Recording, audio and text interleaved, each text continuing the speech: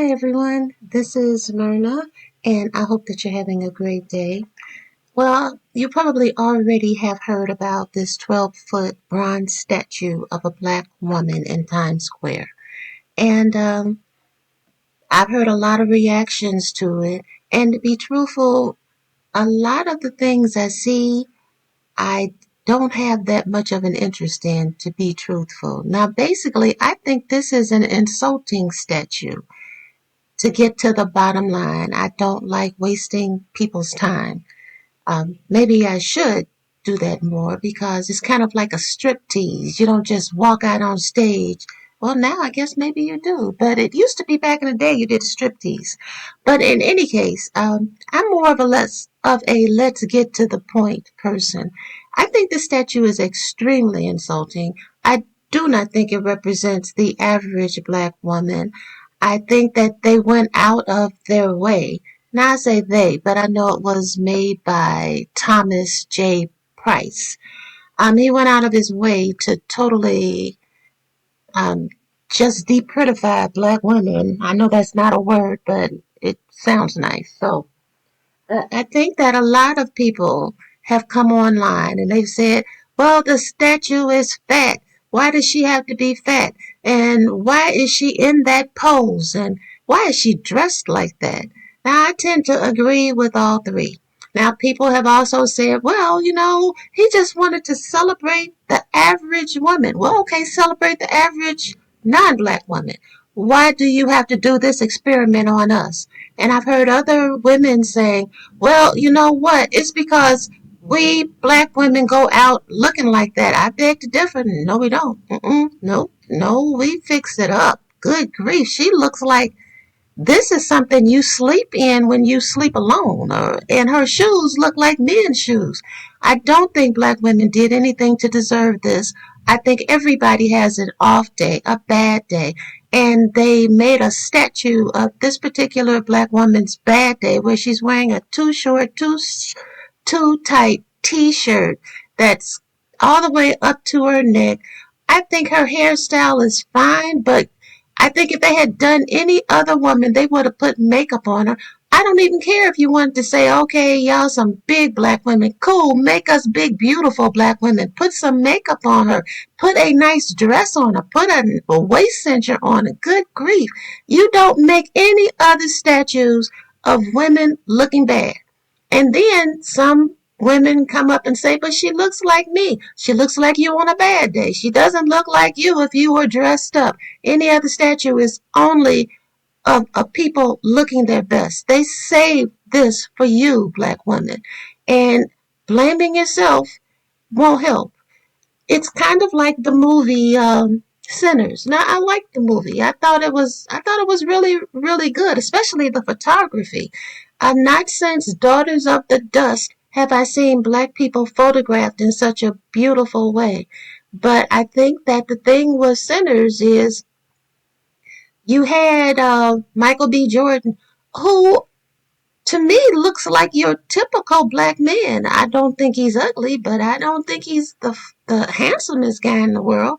He does have nice arms, but I don't understand what the hoopla is about.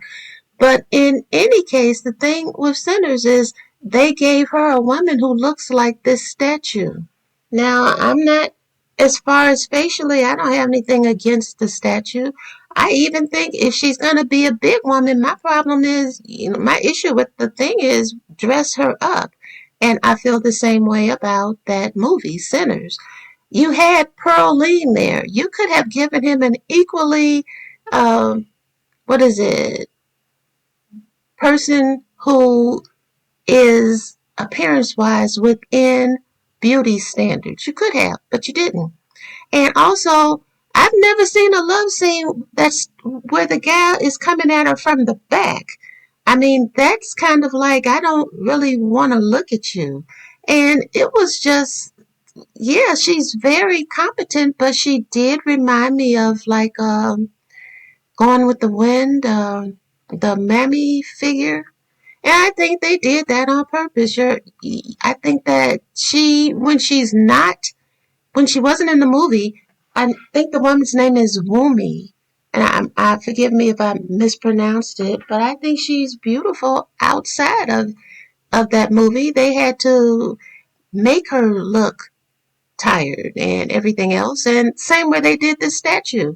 And I hear a lot of black women saying, well, it's because we go out in bonnets. Everybody doesn't go out in bonnets, and generally when people go out for a special occasion, and I do think being presented as a 12-foot bronze statue is a special occasion.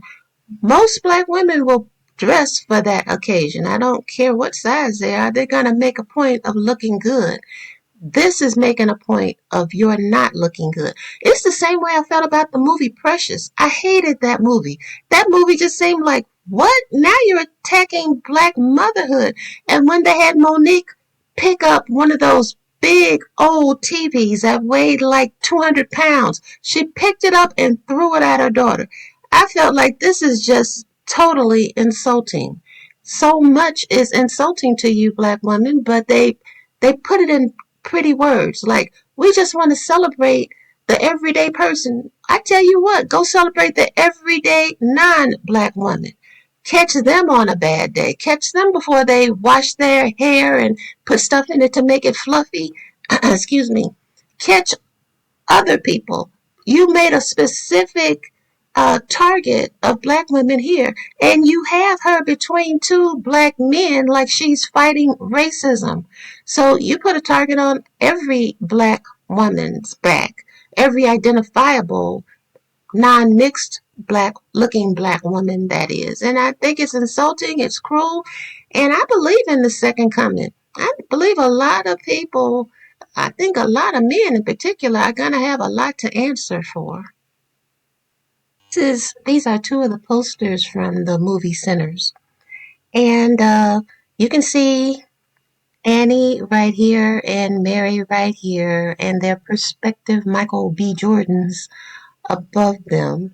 And you can see that, well, what can I say? Basically, that it seemed to me the whole point in Sinners and having to me, a white woman playing a person who she always said her grandfather was half black. I always wonder, why don't you just say your great grandfather was all the way black? But, there's probably a psychological reason for that. That it's more acceptable for someone to be half black than just say, his father was all the way black. Or maybe she never met him, whatever.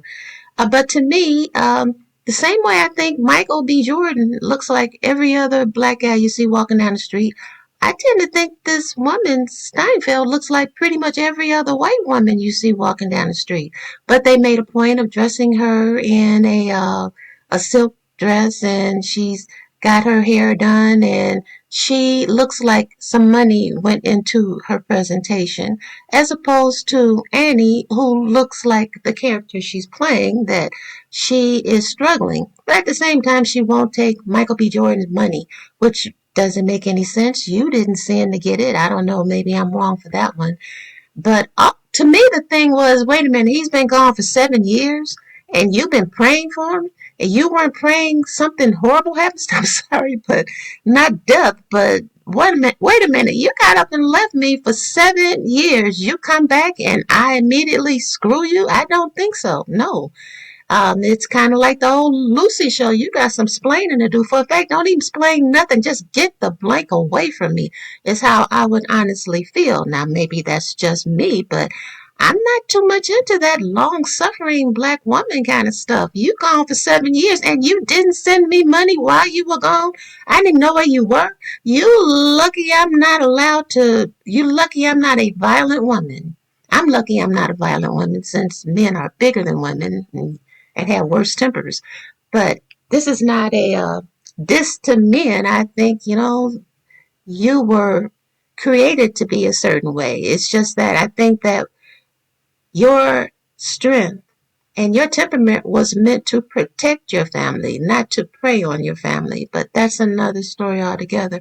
But like I said, I think that they made a point of making the dark-skinned black woman look poverty stricken, but she's a good woman. She's a real good woman. She's so good she won't take his money. Of course I want your money. What else do you think you here for? You not around to sleep with because you've been gone for 7 years. So yes, I will happily take your money. I mean, I think anybody thinking about it hard would. And as far as cooking for you, okay, cooking cooking is a skill that people get paid for. How much money are you talking about? Because you sure did, or your brother sure did, make a deal with that other non-black woman. Well, recognize you're going to do the same for me, or you're going to get out of my house. Because obviously I can support myself, so I don't have to have you. So the only reason I think you should be around is if you're contributing. The same way I feel like I should contribute to you. This should be a two-way street. So that was my major complaint with Sinners. And I think that it is like that statue. They're going out of their way, and I mean media, society in general, to attack you. And a lot of the times they use black men to do it. And I've heard that a lot of, especially black men, are now like trying to make a sex symbol out of this white woman in this movie, Mary. And that's not surprising. That's what you do. But again, I think you don't believe in the Most High because I mean, I think a lot of men think that the Most High God is only for them. He doesn't love women too. And I think that when the Savior said that at some point people are going to come to him and say, Lord, Lord, didn't we do this, that, and the other thing for you? And he's going to say, get away from me, you workers of lawlessness.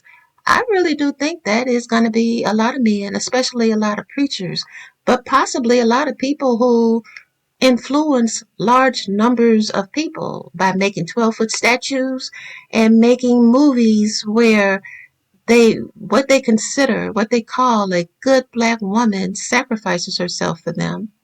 So that's just my opinion.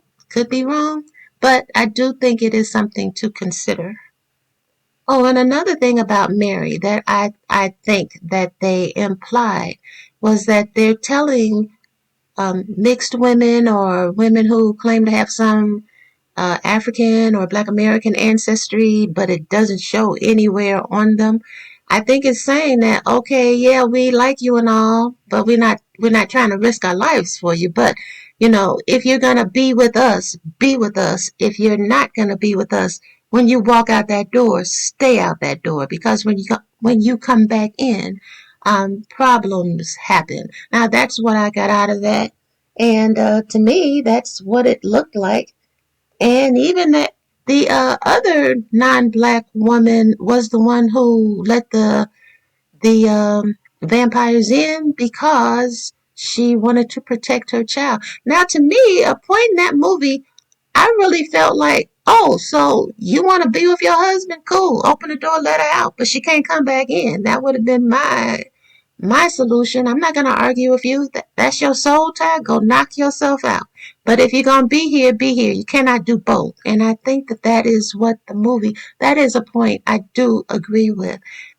The thing with biracials and people who claim black ancestry, black or African, but don't look like it, is that you really don't know how to categorize them.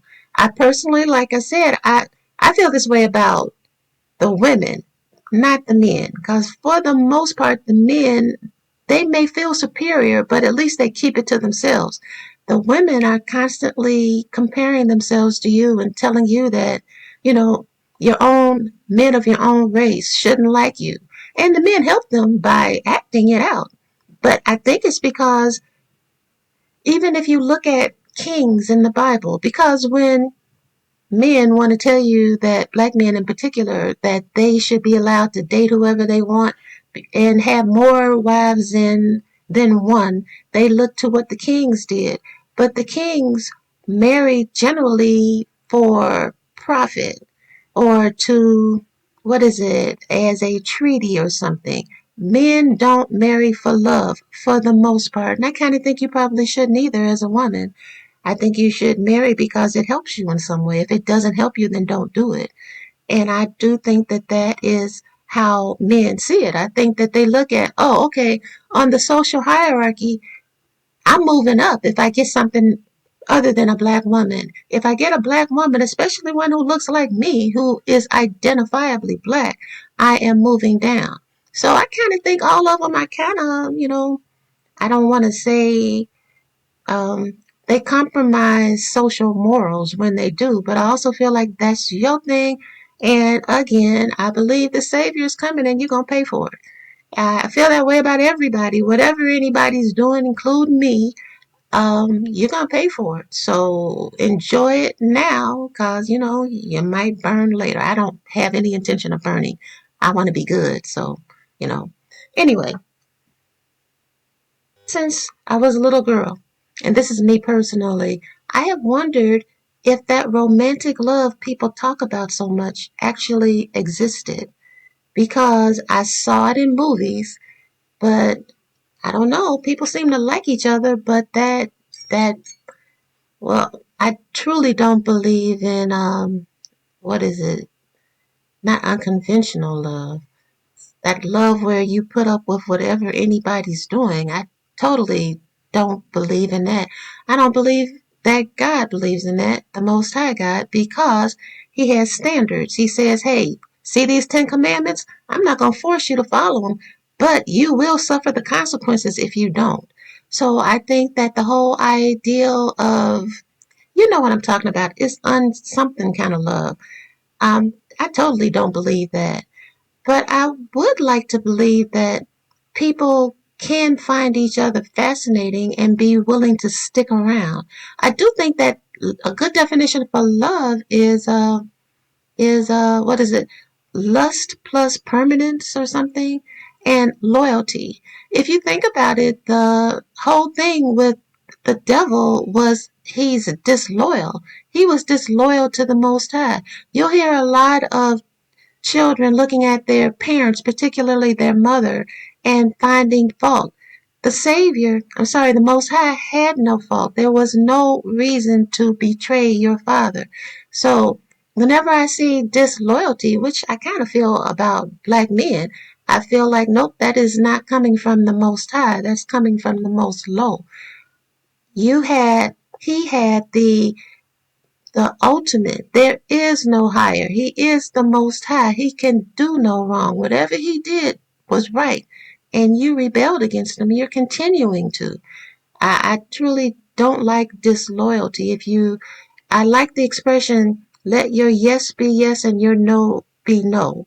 Don't play around. So, anyway, like I said, I have been looking for that kind of love.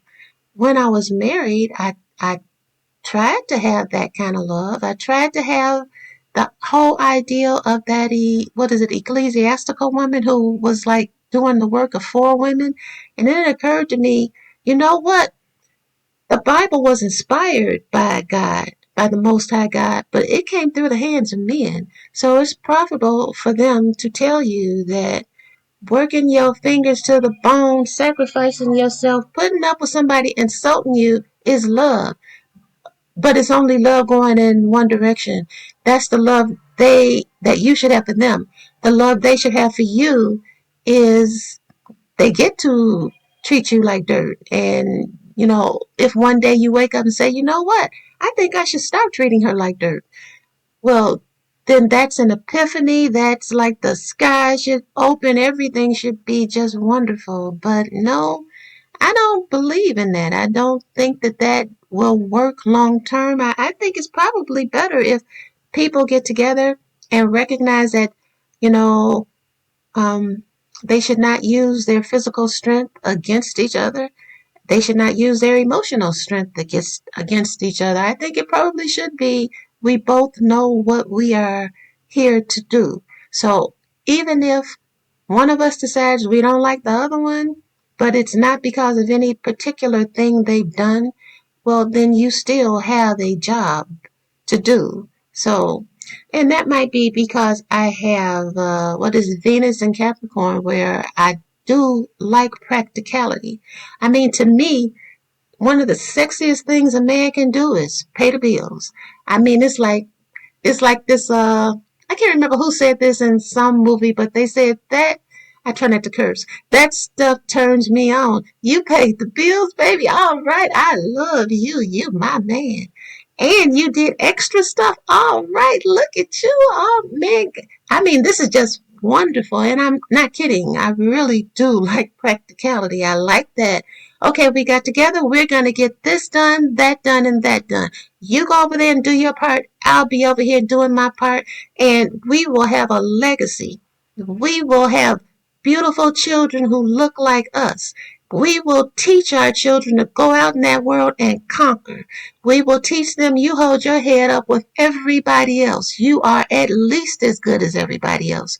To me, that's love. That's like I said, I love practicality. I don't like my time wasted, and I don't want to waste anybody else's time. If I'm not your cup of tea and you can't see what I bring to the table, or you think I don't bring anything to the table, there's no reason to argue and fuss. Go somewhere else.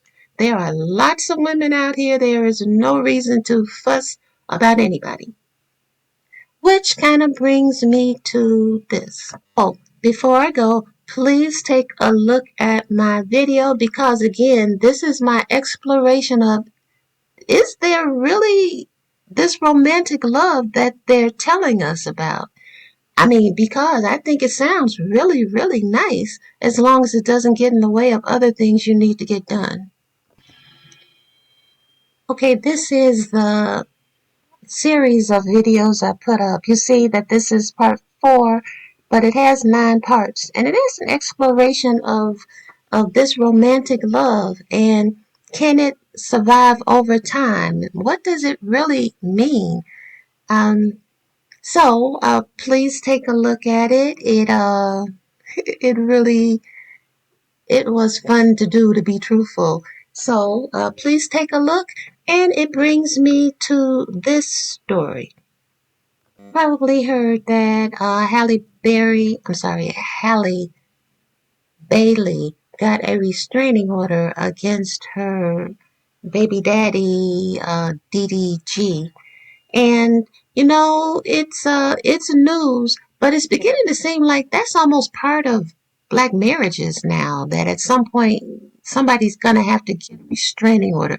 Usually it's the woman having to get one against the man. She has evidence. I mean, she showed bruises, a chipped tooth. She has a camera footage of him behaving badly. And yet, when I went online, there are all these guys who are like, she's lying and she was abusive to him. She hit him first. And it's just amazing to me exactly how much evidence would they actually need to have to admit that sometimes men are abusive in marriages. And no, they weren't even married. They are abusive in relationships, not all the time, but when it does happen, I believe in the truth. If that's what happened, that's what happened. It has nothing to do with your ego or your ideal of how women, maybe that's the whole point. Maybe there are a lot of men who just feel like, well, she's with him. He should be allowed to punch her or chip her tooth or threaten to take a baby or do whatever. And the weird thing is that his mother is backing him up in it, allegedly. Everything I say is alleged or just my opinion. So I just thought, wow, that's deep. It's becoming a part of marriage. It's like when you say I do, it should be in the back of your head that, yeah, at some point I'm going to have to go get the police to get you off of me. And that's a sad commentary, but I'm at the point where I don't even believe very much in marriage anymore. I truly don't believe in the vows because the vows are not in the Bible, at least not as written. And I think that women have a God-given right to roam freely and to mate without fear of harm. I mean, there would not be any people here at this time. Of course, that was Adam and Eve. They were created, but everything else had to come through the body of a woman. So I think that women should be allowed to um, mate or whatever without fear of being harmed.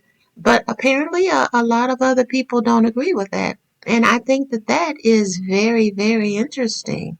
Um, it seems like there's been a change, and I haven't researched it, but just looking at the world, I remember when I was in high school that you could date a guy, and even beyond high school, college, you could date a guy and he wasn't going to beat you up. You might argue.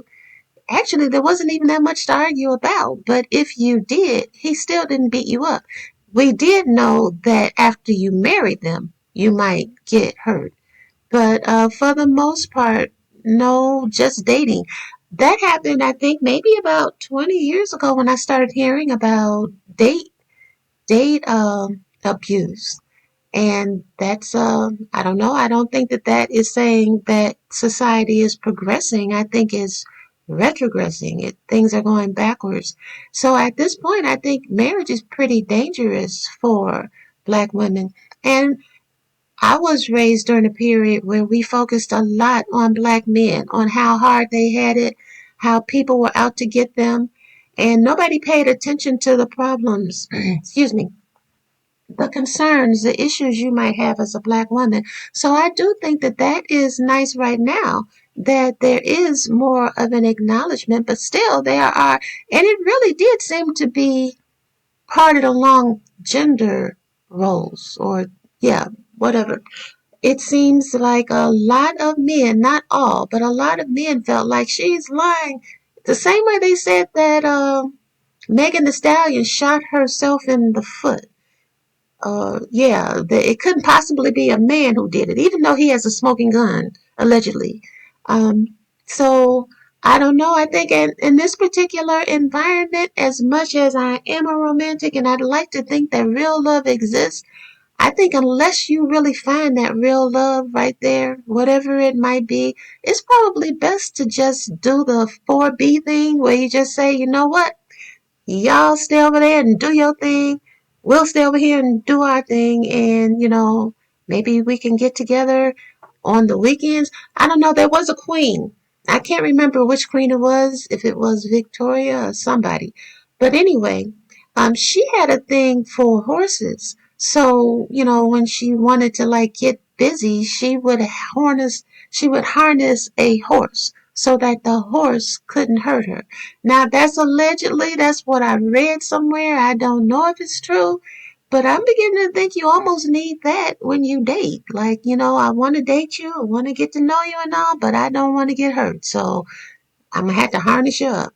That's possibly a really horrible story. I'm sorry, but it is something that I read, and I am beginning to think that now when you get married, just be prepared that you're probably gonna have to get a restraining order at some point. Oh, excuse me. It's not even when you get married. It's when you become intimate with the guy. You might want to start practicing what you're gonna put on your restraining order because it does seem to be going that way.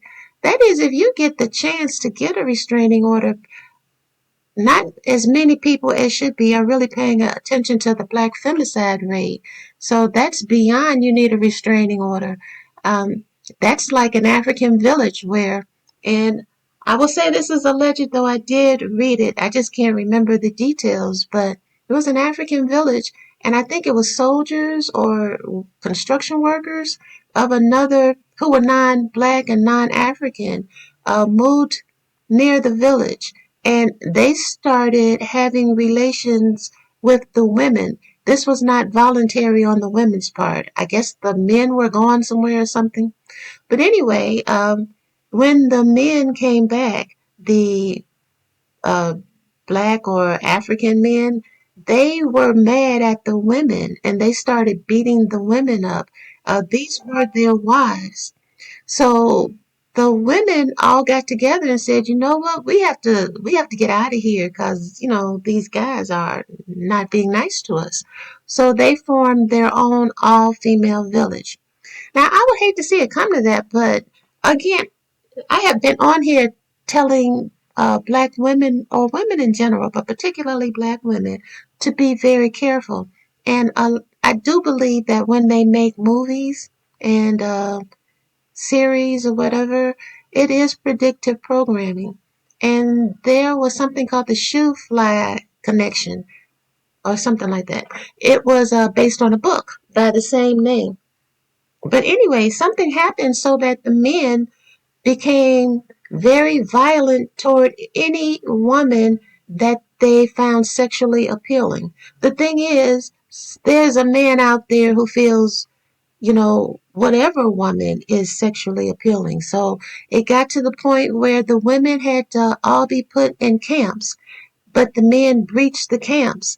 And I've been telling people to watch this for the longest, and I haven't been able to get people to, in particular women. So I'll just go ahead and tell you what happened because you probably won't watch it. It came out in a series called Masters of Horror, I think 2008. It was called The Shoe Fly Solution. Well, anyway, at the end, there was only one woman left, and she wound up. There was a gay guy who it didn't it didn't affect him. I guess because he was a gay guy, but he got sick. She was out in the wilderness living in her car because she couldn't be anywhere else and she had to dress like a man anytime she tried to go to the store and buy any kind of supplies. So anyway, the guy who was with her, the gay guy who had been very helpful to her, he died. So she was out there by herself.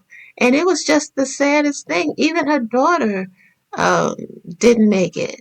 So, of course, I don't think that's going to happen. I feel that, of course, the Most High is watching all of us and He decides who makes it and who doesn't. But I do think it is kind of a warning that something is in the air. Something is making men who should love their counterparts hate them. And that's black men only. I haven't seen Hispanics, Asians, of Arabs. I haven't seen anybody else turn on their women the way that black men have. And there have always been quiet whispers among them, but they were quiet. And also, they weren't really allowed to get out and spread their message, but now they are. And so that has made it dangerous for women. Like I said, to the point where when you first start dating a guy, you have to think, okay, how long before I might need to get a restraining order on this one? And that's a sad, sad thing. I really don't like it to be like that. But I do think socially something is happening where a lot of black men in particular, but men in general, have a certain hatred for women. Now, when I was growing up, I distinctly remember in school, the boys were always told, don't hit a girl. You hit a girl, you're a sissy, you're a punk. You're a punk. You can stop her from hitting you, but you don't beat up on a girl. And I think that helped a lot because, like I said, up until the last 20 years, I never heard of uh, someone being abused on a date, not physically. Now, you might have, well, I'm not even going to go there. I think you kind of know, but physically, they weren't going to attack you for the most part. This is this is society folding on itself, especially black society. And like I said, um, I do hope that there is this romantic love. I suspect that it probably is not something you go into the relationship with, but maybe something that grows over time. Maybe that's why the Bible told you, hey, no, no intercourse before marriage, because easy access seems to affect men negatively. I don't know. That's just a thought. But anyway, it has been wonderful talking with all of you. Please leave comments. It would be very, very nice. It would help this small channel, extremely small channel. And yeah, it would just be a nice thing to do, a kind thing to do. But, I think walk with the Most High, walk with discernment. And even if you don't like the way things look, you should still see them. So you know when to duck or when to run. Or what was that Western singer? I can't remember his name, but I always remembered you got to know when to hold them, know when to fold them, know when to walk away, and know when to run. I totally believe that, and you should take that attitude into your relationships. You know, gotta start foaming at the mouth. Might be time to run. Well, anyway, you guys, please visit my videos, please, because I do want to think that there is this love that lasts. I do know in the Bible, I think it was Isaac and Rebecca, they had love at first sight, and that love entailed loyalty. They stuck to each other. So, okay, this is back to my video. Please check out 5 Visits. It has 9 parts. They haven't all been released yet, but I'm getting there. So you guys have a great rest of your day. Please give me a like. I think I deserve a like. You know, well, I hope you think so too, please. And also give me a comment. And you guys have a great rest of your day.